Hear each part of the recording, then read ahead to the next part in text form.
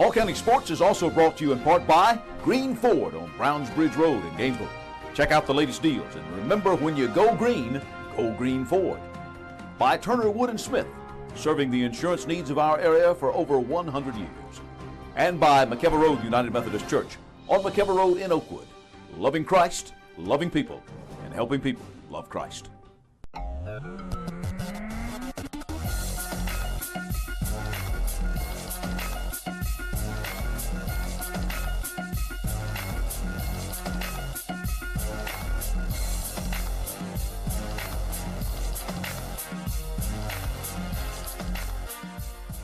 Hello again, everybody. Welcome to another edition of Hall County Sports Television. I'm your host, Gary Glenn. Now, we got a wide-ranging show for you this week. We're going to talk some grappling. We're going to talk some football, believe it or not. We're even going to talk some weightlifting. But we begin things this week with wrestling.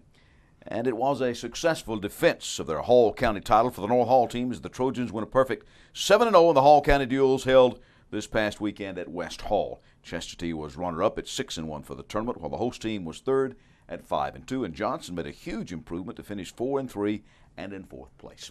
The most outstanding wrestlers were East Hall's 132-pounder Will Davidson in the lighter weight classes and West Hall's 160-pound wrestler Elliott Rayford in the upper weight classes. They both finished perfect 7-0 for the tournament.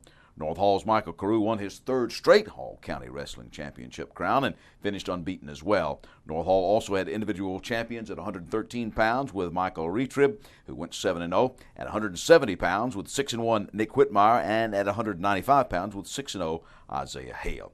And earlier this week, videographer Henry Gomez and I dropped by North Hall to talk with the Trojan head wrestling coach, Stuart Cunningham. Stuart went 7-0. Came out with 4 individual champions, and maybe should have had another. But how big a surprise of that was to you, coming in as the first-year head coach here? It was a pretty big surprise. I had a good idea after Friday night that it was very possible. So after our first 3 matches, I thought we had a good shot. But we really wrestled well, and some of our kids wrestled maybe a little bit over their head, and it was real fun to be a part of. Well, yeah, it always is when you have those overachievers, isn't it? Now, coming into this year, were you coming into a situation where you had a lot of unknowns? I mean, you're the new guy on the block, and I understand that they graduated a lot of folks last year. No, they did, and the unknowns were I didn't know the kids and didn't know the program as well as obviously people that had been here before. So I had to get to know the kids and get to know their parents, and they just started working real hard, and things kind of fell into place, and we're getting at the right weight classes, and it just kind of clicked this weekend. Overall, what's the state of wrestling around here? I've seen it kind of be up and down years. How do you assess it? Just, of course, it's very early on. It is. I think we're very inexperienced still, but the mat time that we've gotten so far this year has really helped us. I think they were very good last year. Finished 5th in the state, and of course they lost those guys, but the guys I have were a part of that and saw it, and they're used to it, and I think they like winning and want to keep doing it. So. It gets to be a habit, doesn't it? Yes, sir. Like losing does, right? Right. How about in Hall County? How would you assess the quality of wrestling here? Was this a good tournament for you? Well, I guess I'm a bad judge so far, but according to the other coaches that have been here for a while, that the quality was up and the participation, the rosters were full. Very few people had forfeits, and that was much better, according to them, than it had been in some of the years past. Who do you expect to be your leaders for you this year?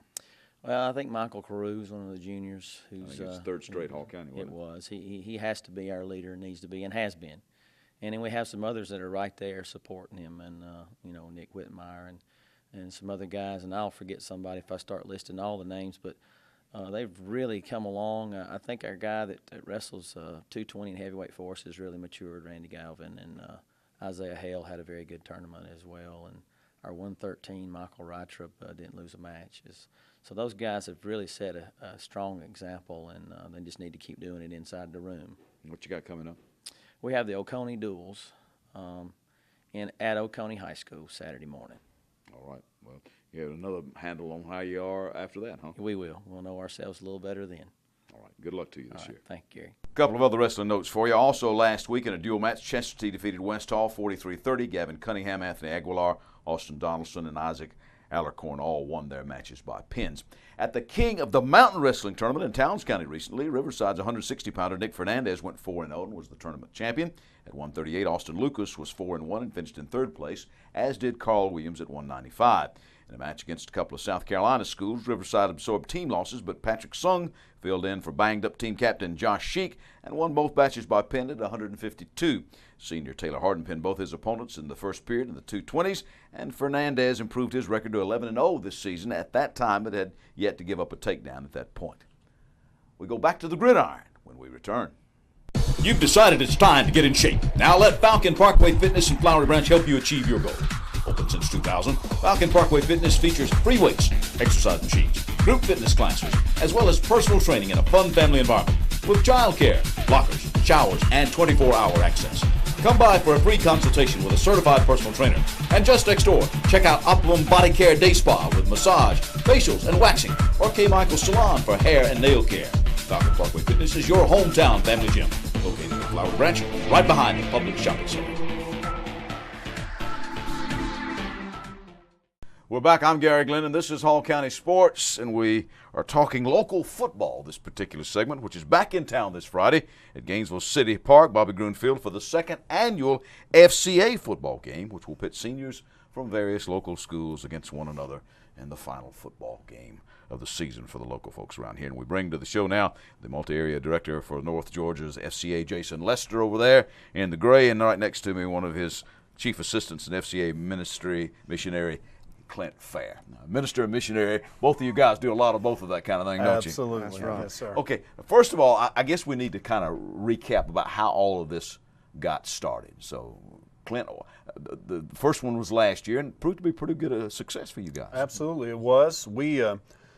The idea for this All-Star Classic, FCA East-West Classic, actually started about 2.5, 3 years ago, sitting down with Brian Gray, head coach at East Hall, and then Paul Friel, who was the head coach at Johnson at that time. Both of them had coached in games like this in various areas they'd been in, and really just thought about it was a way that we could have a game like this here in this area in Hall County, and also was a way that football coaches could help give back to FCA. So we began talking about that, and at that time I was a part-time FCA staff person, was full-time youth pastor, and just really, there's a lot of work that goes in the football game. We shared last night, we're still trying to figure out how to do this and all the work that goes in with it. But about 1.5 years ago, went on staff full-time with FCA as an FCA missionary, and at that time I said, actually was in Portugal on a foreign mission trip and had Brian Gray there with us, and I said, Brian, let's do this. Let's move forward. That was in April, and then last December we was able to have our first game, and then this year, of course, having our second game. But it's a way that local area football coaches are helping us, helping the kids, helping the community, and also helping with our budget with FCA, because we are full-time missionaries. And we are 100% self-supported by raising funds, and this game is a way to do that.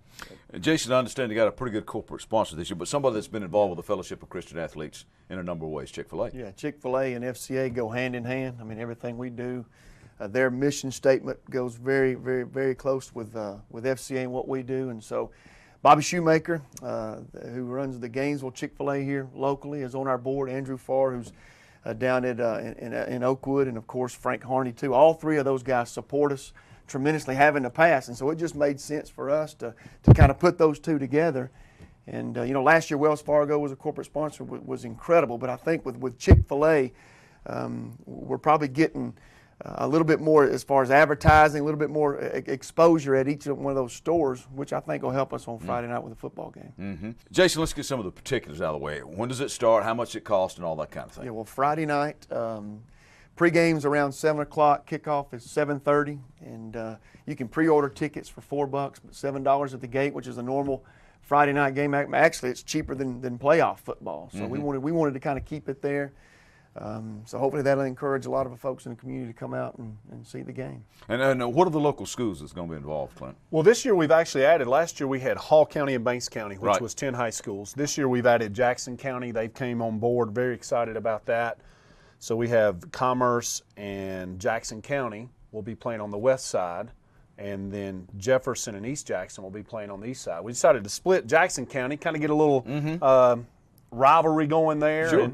And add them with that. And then, of course, in Hall County, the west side, you have North Hall, Chestatee, Lakeview, Gainesville, and West Hall, along with Jackson County and Commerce. And then on the east side, We have Jefferson, East Jackson with Banks, East Hall, Johnson, Flowery Branch, and we pull Riverside over. Because our split, we use 985 as a divider, the east and the west in this county, and including Banks County. So, but we pull Riverside over, and both sides match up classification-wise pretty equally. And who the head coach is going to be this year? Tony Lottie's the head coach on the west side. From West Hall? Yeah, very excited about that. And then Chris Griffin from Flowery Branch High School will be the head coach on the other side. We just kind of rotate that every year. If I remember, and I was actually at the game and did the game for you on the video broadcast last year. It was a very competitive game. Yeah, very competitive. And we felt like going in that one side was a little, we had Gainesville High School had a great year that year, and that one side was probably loaded a little bit. We were a little worried about it. And Gainesville side did win last year, if I remember right. They did, but by a field goal. Yeah. You know, really, the Gainesville kicker, we're talking about that this morning. If we did an MVP, would have been the MVP. He had 4 field goals. Had a great game that night. Kicked one from 40-something yards, and it's pretty awesome. And what kind of interest have you had amongst the kids this year? Pretty good? Yeah, I mean, it's been great. Again, kids are excited. I think last year set the precedence. We had a great turnout last year. So these kids, it's something that we hope just becomes something that those seniors look forward to each and every year. Has it generated any college interest? You know, this is most of the time. I think a lot of the guys, if they're going to college, they kind of know they get that. But does this any kind of impetus for that? Yeah, I think so. Last year we had several college recruits there. Again, we're not promoting that if you come play in this game, you're going to get a college scholarship, because that's not realistic. But we had several guys there last year. We had a couple of kids that I believe ended up playing football in college because of how they performed this game. One of them was the Riverside quarterback. Had a great game. Oh, yeah, I remember that. Yes, he did. Yeah. The tight end from East Hall, Travis Foster, ended up down at LaGrange College playing football, but had a great game this night. Now, this year, spoken with a couple of college recruiters, and hopefully they'll be there that night. It's just a great way because, in talking to this, North Georgia has some athletes. And so to come and see several of them showcase that night, who knows what'll happen, you know, but I think it is an opportunity for some of them to just get one more game playing at maybe a little bit of a higher level with a lot of other seniors in there. So we're excited about that. I know there had been some concern among some of the coaches, the wrestling coaches and some of the basketball coaches about seniors getting involved in this thing during their season. Is there any real way to address that? I think we have this year. We've sat down with all those coaches and our athletic directors to make sure that if there's a kid that plays basketball or wrestles, we want to recognize them and honor them, but that sport comes first. We don't want kids. Listen, we're all about multi-sports. I mean, Clint played 3 sports in high school, so we're all about it. Want to celebrate that rather than cause friction and have a kid pick one or the other. So this year we've got a lot of kids that are choosing to wrestle and play basketball, but will be honored in this game. Oh, cool. If they can participate the night of, fine. But if not, they're in the program and we're on the roster and that's we want to recognize them, but we also understand working with those coaches. We want them doing what's best for them. Right. We have 18 kids that are going to be recognized this year. Yeah. We have 2 40-man rosters, so we have these 18 outside of that. Wow. Who play multiple sports, and again, we've talked with them, and we're glad for multi-sport athletes. Yeah. I think every coach is, but let's don't take away from the season that they're in now. One of the things too that I wanted to talk to you about, and as we get ready to close out here, the Sports Illustrated issue is out now with Tony Lottie of West Hall as part of the 4 coaches selected nationwide for the Dove Men Plus Care Deodorant Carrying Coach of the Year Awards. He also gets to be part of an exhibit in Atlanta in the College Football Hall of Fame this week. That is not only way cool, but it sort of says what kind of caliber of men we have here in Hall County coaching these kids. Yeah, it really does. We're proud for Coach, and he deserves that. Matter of fact, he won't be able to coach on the Friday night game. He'll be a part this week, but won't be able to coach that night because he's being honored that night. And he came to us thinking that we were going to be disappointed, and it was the opposite. We were trying to tell him, Coach, that is an incredible honor, not only for him and for West Hall High School, but like you said, for us here in Hall County. We're proud for him to be able to do that, and it's the College Football Hall of Fame. I mean, he's going to have an exhibit. So it's not some little Pop-Tart award that he's getting. I mean, this is a major deal. So we're proud for him and excited for West Hall as well. And we're very blessed with coaches in this area. We actually had a dinner last night just with our coaches, and we just even shared that with them last night. Coach Chan Gailey came down and shared a devotion with them, which was awesome. But we are very blessed with coaches in all sports here in Hall County. Yeah, we are. All right. Gentlemen, thank you for coming in. I appreciate you, Clint, yes, and look forward to seeing you on Friday night at the game. All right? Absolutely. Thank you. Okay. All right. Clint Fair and Jason Lester of the local Fellowship of Christian Athletes, and we certainly wish them well in their ministry to these kids. I'm back with some people who are playing with the iron again after these timeouts. Gary Glenn on the set of Hall County Sports Television, along with Pastor Rob Bruce, who is the pastor at McEver Road United Methodist Church, where we have our studios. And Rob, the Advent season is here. That's right, and we've got a great sermon series. It's Christmas Through the Eyes of Mary. It's called There's Something About Mary. You know, Gary, there must have been for God to pick a 14-year-old girl from a backwater town like Nazareth to carry the Christ child. And that's what we'll be looking at. We'll be looking at Christmas through the eyes of Mary. Won't you come join us? All the way through Christmas Eve. All the way through Christmas Eve. All right. Look forward to it, Rob. Thank you for Okay, coming Gary. in. Thank you.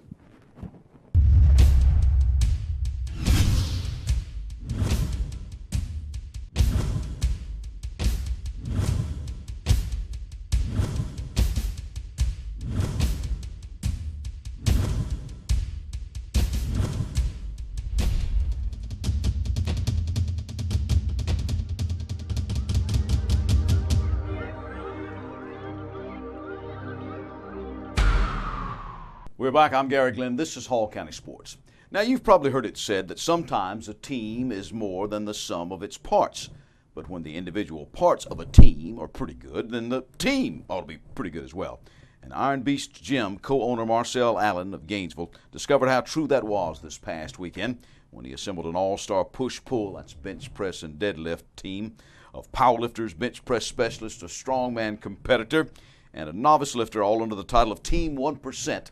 To take the team championship over 11 of the squads containing other elite lifters at the Body by George Southern Powerlifting Federation, that's the SPF Championships, held at the Covenant Christian Academy Gym in Loganville. 1% lifters also took home 2 Best Lifter awards in the women's deadlift and Masters Push-Pull categories. Now, Allen himself won the men's open raw 198-pound push-pull class with a Georgia record bench press of 420 and national marks in the deadlift of 600 and total of 1,020. Marcel, this is pretty good. I mean, there were some strong teams here. So, the guys that you put together, along with Angie, and came out on top. Tell me your feelings about that. Well, I'm really excited. I'm so proud of everybody on the team. We got Steven Shepard, who pulled some amazing numbers today. You got Tim, who comes out and not even a deadlifter, deadlifts 500 like it wasn't nothing. Eric Head, first time deadlifting, easy. I'm just really proud about everybody, including Angie. She comes out and she blows every single thing that she does right out of the water. One of the best female lifters today. She breaks 3 records today. She's amazing. So I'm really proud about the team, and it seems like we have a big showing to prove next year, and a lot of things to prove next year for 1%. So Yeah, where did the 1% thing come from? 1%. We are 1% of the population of powerlifters that can do what we do. There's not many people that can go into a competition and look at a total, look at a record, and say, I'm just going to straight up beat it. I'm not even going to try to play with it. My opener is going to beat the record. There's not many people that do that, and we're of that 1%. Wow. A little combination. Some of the Georgia Iron Dogs came in, kind of merged the teams together here. That's kind of cool. Camaradade's there, huh? Oh, yeah. And that's part of powerlifting, isn't it? Yes. Oh, yeah. It's a big team. The 1% includes a lot of people, including the Iron Dogs, and like I said, I'm just proud of everybody. Yeah. Everybody did an amazing job today. Now, in addition to her deadlift mark of 335 pounds at a body weight of only around 133, 36-year-old Angie Centeno of Gainesville also set the national record for the bench press in the push-pull women's submasters 148-pound weight class with a press of 130 pounds and a total of 465, just blew away the old marks. Angie, tell me about this first meet ever. Got the deadlift trophy. How do you feel about your day? It was cool. It was fun. I was so scared, to be honest. It was my first time. I didn't know what to expect. Just came here. I tried to do my best. I did my best. And well, this is what we get. Yeah, absolutely. Now, so you going to be doing this kind of thing again? I don't know. Maybe next year. Now, the team's other Best Lifter trophy was garnered by yours truly, who went 7 for 7 in lifts on the day, establishing SPF national push-pull records in bench. That was 325 on a 4th lift I was granted, and deadlift of 375 and a total of 700 pounds even. The Best Lifter Trophy was a most pleasant surprise, and I don't know what criteria the meet director George Herring used, but all gifts are appreciated. Now, I weighed in at 208 even that morning, and I took the title in the Raw Masters men's 220-pound 60 to 64-year-old division. I did have a good day and had a goal of hitting a 700-pound total, which I got, and thanks to that fourth bench press, I got it without having to go higher on the last deadlift. I said, praise Jesus after that one. I saw stars and got a little dizzy. I thought about trying a fourth deadlift, but I think God was telling me, boy, that's enough for today. My deadlift isn't where it needs to be, but I can keep working on it. Now, as for Moon and Head, they are all-time world record holders in the bench press in their respective classes, having done over 810 and around 501 in their equipped divisions. Both Saturday did their first push-pull meet ever. Head, who competed raw or unequipped on Saturday, set national records for push-pull bench press with 370 pounds and total of 735, and winning the men's open 148-pound class at a body weight of around 140 pounds. That win also included a 365-pound deadlift. I got to ask you now, as a bench press specialist, was this your first push-pull meet ever? Yeah, it was. How you feel about it? Felt good. I mean, I surprised myself, so did better than I thought I would. So. Are you going to stick with benching now, or are you going to do this more? Nah, there'll be more of this, a lot more of this. So. Full power in the future. So. Cool. The 285-pound Moon, who wound up having the heaviest bench of the day when he pressed 730 on his opening lift in the equipped Masters men's 50 to 54-year-old 308-pound class, took the bench-only win in the class as well as the push-pull trophy when he just walked out there and deadlifted 500 raw to set records across the board. Moon actually came pretty close on his second bench attempt at 785, and he said he was not really looking forward to the meet because of some shoulder issues he's aggravated in taking 2 bench press world championships this year in Austria and Las Vegas. First push-pull meet ever. Tell me about that. What possessed you to do such a thing as a bench press guy? Oh, just wanted to have fun. Wasn't really looking forward to it. I've been having a lot of issues with my shoulder, but Marcel asked me if I wanted to do it, and I said, yeah, I might as well try it. So. And the team came out on top. That was amazing because there were some strong teams here. It was a really fun team thing today. A lot of teams here, and for us all to do really well today was awesome. Now, team captain Allen also had praise for winder Steve Shepard, who joined the team to win the Raw Masters men's 45 to 49 275-pound class trophy in push-pull at a bench of 365 and a deadlift of 575, breaking his own state record in the deadlift, totaled 940 pounds on the day. Shepard's sometime training partner, strongman powerlifter Cody Thornton of Winder, totaled 930 pounds after benching 390 and deadlifting 540 to win the Raw men's open 242-pound class in push-pull. Now, lifting unattached, 2 Flowery Branch residents also took titles at the meet. Iron Dog Zach Layfield weighed in at around 168 and battled through shoulder pain to win a Best Lifter trophy in the Masters men's 70 to 74, 181-pound raw bench-only division at a press of 180 pounds on the day. And Flowery Branch resident Jerry Crow equaled his bench record of 220 and set a new SPF national mark in deadlift at 405 and total at 625 in winning the Masters men's 165-pound 60 to 64-year-old division. So it was a great win for our local folks. They told us there were a dozen teams and over 100 lifters at that meet. All of this just proves something I've been saying for a while, that some of the strongest people in the world live right here in Hall County, Georgia. And on a personal note, I'd like to thank my attorney, Doug Cook, for sponsoring me in this meet. I'm back to wrap up this week's show in just a moment. There are moments in life that you wish would last forever. Dreams that really do come true. Treasures worth protecting. And a future to prepare for. Turner Wood & Smith is with you every step of the way. Established in the Gainesville area in 1905. Turner Wood & Smith has become Northeast Georgia's largest independent insurance agency by offering professional service at competitive prices. Turner Wood & Smith, insuring your future since 1905.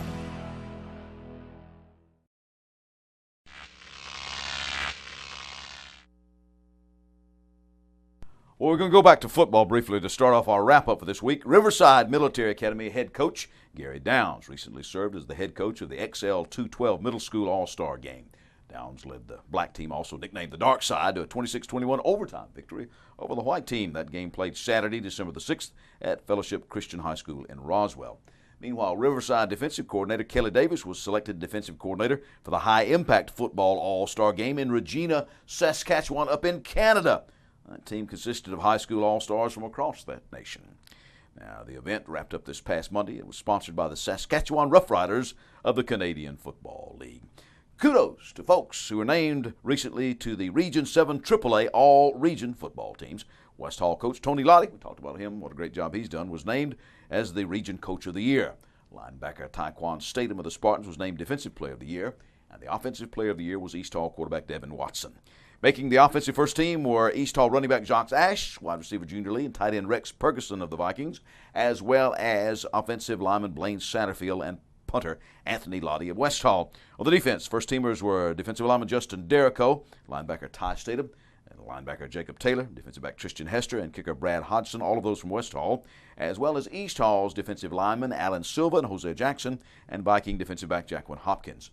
Both West and East also had a number of second-teamers and honorable mentions, and we congratulate all those folks. Okay, some of the basketball highlights from last week. Gainesville's boys knocked off Cedar Shoals 73-47 to stay unbeaten on the year. DeMarcus Simons had 21, Luke Maddox 18 in that win. And then Simons had 18 more in a 74-58 win over Clark Central as the Elephants went to 7-0 on the year at that time. Flowery Branch beat Salem 67-45 as Taylor Burdage led the Falcons with 26. Branch girls had beaten Salem 53-42 as Lexi Sinkamy led the Lady Falcons with 17. The Branch girls went to 7-1 with a 63-40 win over Cedar Shoals. Maddie Hetzel had 16, and the Branch teams then swept Oconee County. Julianne Sutton, who had 14 in the win over Cedar, had 14 more in the Lady Falcons' victory over the Warriors. Noel Hall's boys beat Woodward 58-57. Sam Jackson hit the gamer with 7 seconds left in that one. He finished with 13 points. Carson Heenan led the Trojans with 21. Now, you may remember that back in June of this year, fitness guru Greg Cochran tried to break his own world record for flips of a 555-pound tire in an hour. He ran out of gas as the heat and humidity got to him. Well, the Times reports that last Saturday at Lowe's Hardware on Skelton Road, now Sergeant Greg Cochran with the Hall County Sheriff's Department went after it again, and this time he beat his 2010 record by 2 flips, turning over that big wheel 205 times in 60 minutes. The effort was billed as Flipping for the Children to benefit the Georgia Youth Homes, and that's billed as a non-profit organization that cares for disadvantaged youth across the state, end quote. And finally, Brenau University has been given the go-ahead from the Hall County Commission for its proposed athletic complex. Commissioners unanimously approved the rezoning of nearly 17 acres south of Jesse Jewell Parkway near the intersection of Old Cornelia Highway. When done, the complex will have a softball field, a soccer field, a track, a walking trail, and all of the amenities for parking, concessions, restrooms, and so on. Well, that's our show for this week. I'm Gary Glenn, Hall County Sports.